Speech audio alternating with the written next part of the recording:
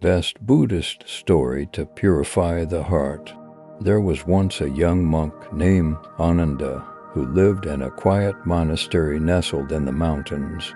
The air there was pure, the streams clear, and the sound of wind passing through the pines felt like a sacred whisper.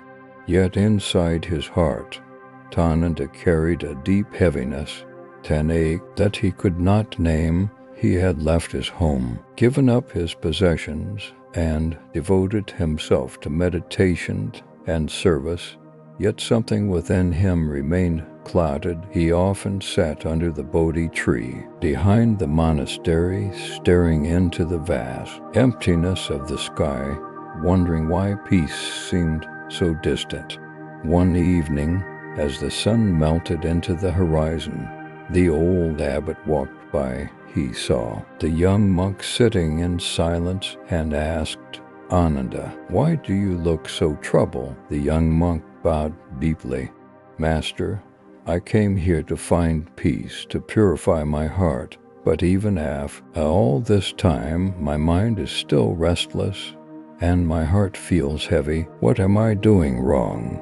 The old abbot smiled gently, as if he had heard this question countless times.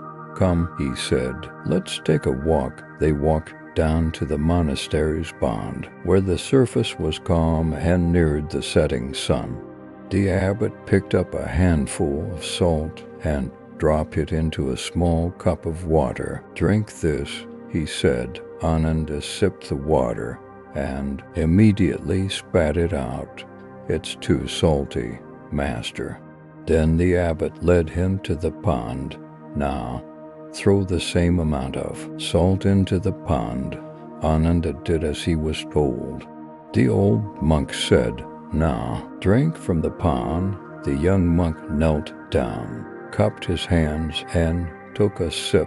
"This water tastes pure," he said. The abbot looked into his eyes and said softly, "The pain in your heart is like the salt. The amount of salt does not change, but the container does.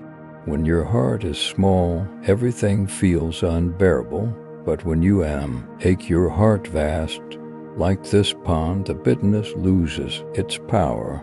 Ananda stood there silently. For a long time, neither spoke. The only sound was the soft ripple of the pond and the whisper of the evening wind. That night he could not sleep. The words of his master echoed within him. When your heart is small, everything hurts. He began to realize that his suffering was not caused by the world, but by the narrowness of his own heart, by his judgments, his clinging, his quiet pride and wanting to be pure.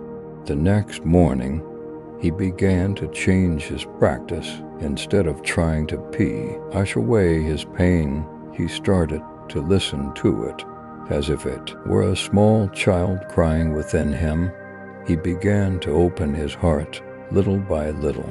He noticed the tiny details of life, the way sunlight touched the old stone steps, the laughter of novices sweeping the courtyard, the way the rain fell without choosing where to land. Each moment became a teacher. As weeks passed, the restlessness that once haunted him began to dissolve. He found himself bowing not only before Buddha statues, but also before the imperfections of his own heart. One day, while walking through the Arby village, he met a woman crying beside a broken rice pot. Her husband had died in the war, and she was struggling to raise her children. Without saying much, Ananda sat beside her. He didn't offer wise words or consolation. He simply sat, breathing with her sorrow. After a while, the woman looked up and said, "Why do you sit with me like this, monk? Aren't you afraid of sadness?" He smiled gently. "Sadness is not my enemy," he said. "It reminds me that I am alive, that I can still feel, that my heart has not closed." In that moment, the woman felt something shift inside her.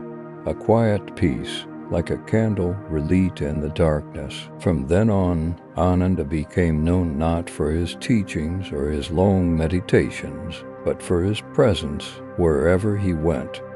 People felt lighter, as if their suffering was somehow shared by the calmness in his eyes. Years later, when the abbot was on his deathbed, he called Ananda to his side. "My child," he whispered, "have you found peace?" Ananda bowed deeply, tears in his eyes. "Master, I no longer seek peace. I just try to keep my heart open." The old abbot smiled, his breath shallow but serene.